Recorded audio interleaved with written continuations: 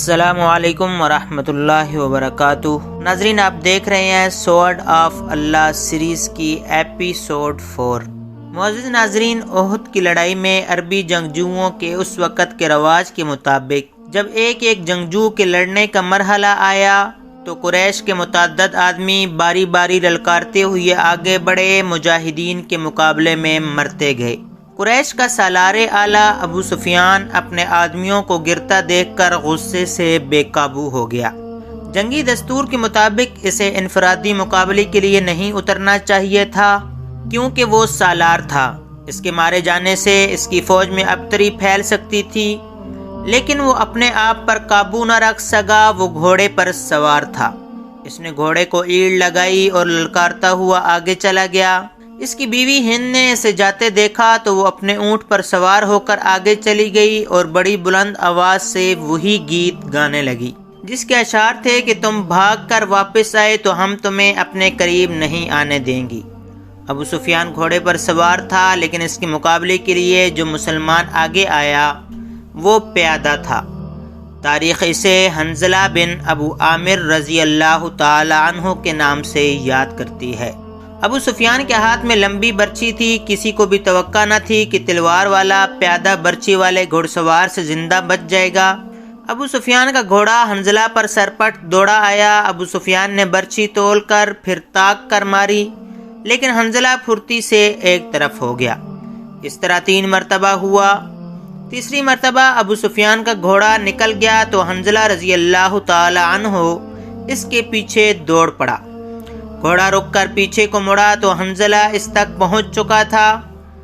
ابو سفیان اسے دیکھ نہ سکا۔ حنظلہ نے گھوڑے کی اگلی ٹانگوں پر ایسا زوردار وار کیا کہ گھوڑا گر پڑا۔ ابو سفیان دوسری طرف گرا۔ حنظلہ اس پر حملہ کرنے کو آگے بڑھا تو ابو سفیان گرے ہوئے گھوڑے کے ارد گرد دوڑ دوڑ کر اپنے آپ کو بچانے لگا، اور اس کے ساتھ ہی اس نے قریش کو مدد کے لیے پکارا۔ قریش کا ایک پیادہ دوڑا آیا۔ مسلمان اس غلط فہمی میں رہے کہ یہ آدمی ابو سفیان کو اپنے ساتھ لے جائے گا، لیکن اس نے بے اصولی کا مظاہرہ کیا۔ پیچھے سے حنظلہ رضی اللہ تعالی عنہ پر وار کر کے انہیں شہید کر دیا۔ ابو سفیان اپنی صفوں میں بھاگ گیا۔ آخری مقابلے کے لیے قریش کی طرف سے عبد الرحمن بن ابو بکر آیا۔ مورخ واقدی نے یہ واقعہ اس طرح بیان کیا ہے کہ عبد الرحمن بن ابو بکر کی للکار پر اس کے والد حضرت ابو بکر صدیق، جو اسلام قبول کر کے رسول اللہ صلی اللہ علیہ وسلم کے ساتھ تھے، تلوار نکال کر اپنے جوان بیٹے کے مقابلے کے لیے نکلے۔ آگے مسلمان باپ کے کافر فرزند حضرت ابو بکر صدیق رضی اللہ تعالی عنہ نے للکار کر کہا۔ رسول کریم صلی اللہ علیہ وسلم نے دیکھا کہ باپ بیٹا مقابلے پر اتر آئے ہیں تو آپ صلی اللہ علیہ وسلم نے دوڑ کر حضرت ابو بکر صدیق کو روک لیا۔ رسول کریم صلی اللہ علیہ وسلم نے حضرت ابو بکر صدیق سے کہا کہ تلوار نیام میں ڈالو۔ ابو بکر صدیق رضی اللہ تعالیٰ عنہ کو آقا پیچھے لے گئے۔ خالد کو جنگ کا شور و غل اب بھی سنائی دے رہا تھا۔ وہ منظر اس کی آنکھوں نے اپنی پلکوں میں محفوظ کر رکھا تھا۔ انفرادی مقابلے ختم ہوتے ہی قریش نے مسلمانوں پر حملہ بول دیا تھا۔ رسول اکرم صلی اللہ علیہ وسلم نے احد کی پہاڑی کو اپنے عقب میں رکھا ہوا تھا، اس لیے مجاہدین اسلام کو عقبی حملے کا خطرہ نہیں تھا۔ آمنے سامنے کا مارکا خون ریز تھا۔ مسلمانوں کی نفری بہت تھوڑی تھی۔ اس کمی کو انہوں نے جذبہ تیغ زنی کے کمالات سے پورا کر دیا۔ اگر قریش کو نفری کی افراد حاصل نہ ہوتی تو وہ مسلمانوں کے آگے نہیں ٹھہر سکتے تھے۔ وہ نفری کے زور پر لڑ رہے تھے۔ خالد کی نظر رسول کریم صلی اللہ علیہ وسلم پر تھی۔ آپ صلی اللہ علیہ وسلم ایک پہلو پر تھے۔ یہی پہلو تھا کہ جس پر خالد کو حملہ کرنا تھا۔ اب اس نے اپنے سواروں کو یہ حکم دیا کہ وہ گھوڑوں کو سرپٹ دوڑاتے تنگ راستے سے آگے نکل جائیں اور مسلمانوں کے پہلو پر حلہ بولیں، مگر عبداللہ بن جبیر کے 50 تیر اندازوں نے سواروں کو اس طرح پسپا کر دیا کہ وہ چند گھوڑے اور زخموں سے کراہتے ہوئے گھوڑ سواروں کو پیچھے چھوڑ گئے۔ مارکا عروج پر تھا۔ صرف ایک آدمی تھا جو لڑ نہیں رہا تھا۔ وہ میدان جنگ میں برچی اٹھائے یوں گھوم پھر رہا تھا جیسے کسی کو ڈھونڈ رہا ہو۔ وہ وحشی بن حرب تھا۔ وہ حمزہ رضی اللہ تعالیٰ عنہ کو ڈھونڈ رہا تھا۔ حمزہ رضی اللہ تعالیٰ عنہ کو قتل کرنے پر اس کے لیے 2 انعام تھے، ایک یہ کہ اس کا آقا اسے آزاد کر دے گا، اور دوسرا ابو سفیان کی بیوی ہند کے وہ زیورات جو اس نے پہن رکھے تھے۔ اسے حمزہ رضی اللہ تعالیٰ عنہ نظر آ گئے۔ وہ قریش کے ایک آدمی سبا بن عبد العزیٰ کی طرف بڑھ رہے تھے۔ عرب میں رواج تھا کہ ختنہ عورتیں کیا کرتی تھیں۔ مؤرخ ابن ہشام کے مطابق اسلام سے پہلے ہی عربوں میں ختنہ کا رواج موجود تھا۔ حمزہ رضی اللہ تعالیٰ عنہ نے جس سبا کو للکارا تھا، اس کی ماں ختنہ کیا کرتی تھی۔ ختنہ کرنے والی کے بیٹے حمزہ رضی اللہ تعالیٰ عنہ نے اسے للکارا، ادھر آ اور مجھے آخری بار دیکھ لے۔ سبا بن عبد العزیٰ حمزہ رضی اللہ تعالیٰ عنہ کی طرف بڑھا۔ غصہ سے اس کا چہرہ لال تھا۔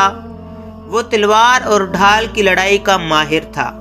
حمزہ رضی اللہ تعالیٰ عنہ بھی کچھ کم نہ تھے۔ دونوں ایک دوسرے کے قریب آئے اور ایک دوسرے پر وار کرنے لگے۔ دونوں کی ڈھالیں وار روک رہی تھیں۔ وہ پینترے بدل بدل کر وار کرتے تھے، لیکن ڈھالیں تلواروں کے رستے میں آ جاتی تھیں۔ اس وقت وحشی بن حرب جھکا ہوا آہستہ آہستہ ان کی طرف بڑھ رہا تھا۔ اسے زمین اور جھاڑیوں نے اوٹ دے رکھی تھی۔ حمزہ رضی اللہ تعالیٰ عنہ اپنے دشمن کی آنکھوں میں دیکھ رہے تھے۔ سبا کے سوا انہیں کچھ بھی نظر نہیں آ رہا تھا۔ وحشی ان کے قریب پہنچ گیا۔ برچی نشانے پر پھینکنے کا وہ ماہر تھا۔ وہ اتنا قریب ہو گیا جہاں سے اس کی برچی خطا نہیں جا سکتی تھی۔ وہ اٹھ کھڑا ہوا اور برچی کو ہاتھ میں تولا، پھر اسے پھینکنے کی پوزیشن میں لایا۔ حمزہ رضی اللہ تعالیٰ عنہ نے سبا پر یکے بعد دیگرے تیزی سے 2-3 وار کیے۔ آخری وار ایسا پڑا کہ حمزہ رضی اللہ تعالیٰ عنہ کی تلوار سبا کے پیٹ میں اتر گئی۔ حمزہ رضی اللہ تعالیٰ عنہ نے تلوار اس کے پیٹ سے اس طرح نکالی کہ اس کا پیٹ اور زیادہ پھٹ گیا، اور وہ حمزہ رضی اللہ تعالیٰ عنہ کے قدموں میں گر پڑا۔ حمزہ رضی اللہ تعالیٰ عنہ ابھی سنبھلے ہی تھے کہ وحشی نے ان پر پوری طاقت سے برچی پھینکی۔ فاصلہ بہت کم تھا۔ برچی حمزہ رضی اللہ تعالیٰ عنہ کے پیٹ میں اتنی زیادہ اتر گئی کہ اس کے انی حمزہ کی پیٹھ سے آگے نکل گئی۔ حمزہ رضی اللہ تعالیٰ عنہ گرے نہیں۔ انہوں نے ادھر ادھر دیکھا، انہیں وحشی دکھائی دیا۔ حمزہ رضی اللہ تعالیٰ عنہ برچی اپنے جسم میں لیے ہوئے وحشی کی طرف بڑھے۔ وحشی جہاں کھڑا تھا وہیں کھڑا رہا۔ حمزہ رضی اللہ تعالیٰ عنہ 4-5 قدم چل کر گر پڑے۔ وحشی ان کے جسم کو ہلتا جلتا دیکھ رہا تھا۔ جب جسم کی حرکت بند ہو گئی تو وحشی ان تک آیا اور وہ شہید ہو چکے تھے۔ وحشی نے ان کے جسم سے برچی نکال لی اور چلا گیا۔ اب وہ ہند اور اپنے آقا جبیر بن مطعم کو ڈھونڈنے لگا۔ خالد کو وہ مارکا یاد آ رہا تھا اور اس کے دل پر بوجھ سا بڑھتا جا رہا تھا۔ اس کا گھوڑا چلا جا رہا تھا، وہ نشیبی جگہ سے گزر رہا تھا، اس لیے احد کی پہاڑی کی چوٹی اس کی نظروں سے اوجھل ہو گئی تھی۔ اسے اپنے قبیلے کی عورتیں یاد آئیں جو قریش اور ان کے اتحادی قبائل کو جوش دلا رہی تھیں۔ خالد کو یاد آیا کہ وہ مارکا کا نظارہ کرنے کے لیے ایک بلند جگہ چڑھ گیا تھا۔ اسے مسلمان عورتیں نظر آئیں۔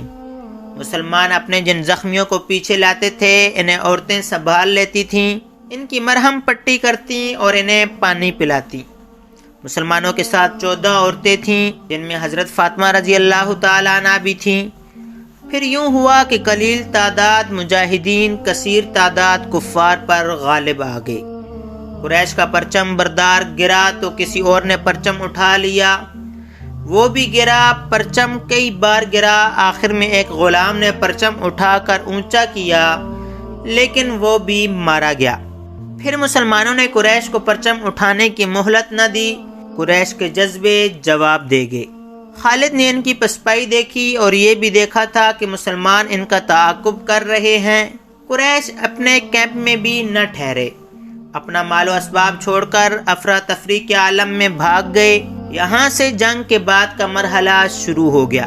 مسلمانوں نے فتح کی خوشی میں اور انتقامی جذبے کے تحت قریش کے کیمپ کو لوٹنا شروع کر دیا۔ وہ فتح و نصرت کے نعرے لگا رہے تھے۔ قریش ایسے بکھلا کے بھاگے کہ انہیں اپنی عورتوں کا بھی خیال نہ رہا۔ وہ پیدل بھاگی جا رہی تھیں، لیکن مسلمانوں نے ان کی طرف آنکھ اٹھا کے بھی نہ دیکھا۔ قریش کے گھڑ سواروں کے ایک دستے کا کمانڈر اکرمہ اور دوسرے کا خالد تھا۔ انہوں نے مسلمانوں کے پہلوؤں پر حملہ کرنا تھا، مگر جنگ کا پانسا بری طرح پلٹ گیا تھا۔ اکرمہ اور خالد نے پھر بھی اپنے اپنے سواروں کو وہیں رکھا جہاں انہیں تیاری کی حالت میں کھڑا کیا گیا تھا۔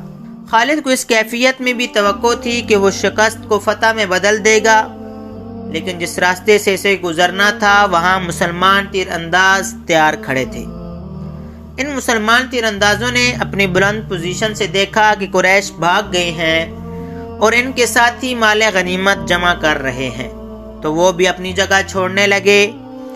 ان کے کمانڈر عبداللہ بن جبیر رضی اللہ تعالی عنہ نے انہیں کہا کہ اپنے رسول صلی اللہ علیہ وسلم کی حکم عدولی نہ کرو۔ آپ صلی اللہ علیہ وسلم کا حکم ہے کہ آپ کی اجازت کے بغیر یہاں سے کوئی نہ ہٹے۔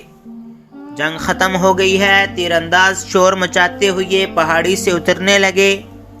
مال غنیمت فتح ہماری ہے۔ عبداللہ بن جبیر رضی اللہ تعالیٰ عنہ کے ساتھ صرف 9 تیر انداز رہ گئے تھے۔ خالد نے یہ منظر دیکھا تو اسے ایسا لگا جیسے خواب دیکھ رہا ہو۔ وہ یہی چاہتا تھا۔ وہ تیر اندازوں کو دیکھتا رہا۔ جب وہ قریش کے کیمپ میں پہنچ گئے تو اس نے اس پہاڑی پر حملہ کر دیا جہاں پر عبداللہ بن جبیر اور ان کے 9 تیر انداز رہ گئے تھے۔ خالد انہیں نظر انداز بھی کر سکتا تھا، لیکن ان سے وہ انتقام لینا چاہتا تھا۔ اس کے گھڑ سوار پہاڑی پر چڑھتے جا رہے تھے۔ اوپر سے تیر انداز تیزی سے تیر برسا رہے تھے۔ اکرمہ نے خالد کو حملہ کرتے دیکھا تو وہ بھی اپنے سوار دستے کو وہیں لے گیا اور اس کے گھوڑے ہر طرف سے اوپر چڑھنے لگے۔ سواروں کے پاس بھی تیر کمانیں تھیں، وہ اوپر کو تیر چلا رہے تھے، لیکن اتنے گھڑ سواروں کو روکنا اوپر والوں کے لیے ممکن نہ تھا۔ سوار اوپر چلے گئے، تیر انداز دست بدست لڑائی بھی لڑے اور سب زخمی ہو کر گر پڑے۔ خالد نے زخمیوں کو پہاڑی سے نیچے پھینک دیا۔ عبداللہ بن جبیر رضی اللہ تعالیٰ عنہ بھی شہید ہو گئے۔ وہاں سے خالد اور اکرمہ نے اپنے گھڑ سواروں کو اتارا اور اس مقام پر آ گئے جہاں سے مسلمانوں نے لڑائی کی ابتدا کی تھی۔ خالد کے حکم پر دونوں نے مل کر مسلمانوں پر حملہ کر دیا۔ مسلمان لڑنے کی حالت میں نہیں تھے، لیکن رسول کریم صلی اللہ علیہ وسلم نے مجاہدین کی کچھ تعداد کو اپنے ساتھ رکھا ہوا تھا۔ نبی کریم صلی اللہ علیہ وسلم کے ساتھ کھڑے مجاہدین گھڑ سواروں کے مقابلے میں ڈٹ گئے۔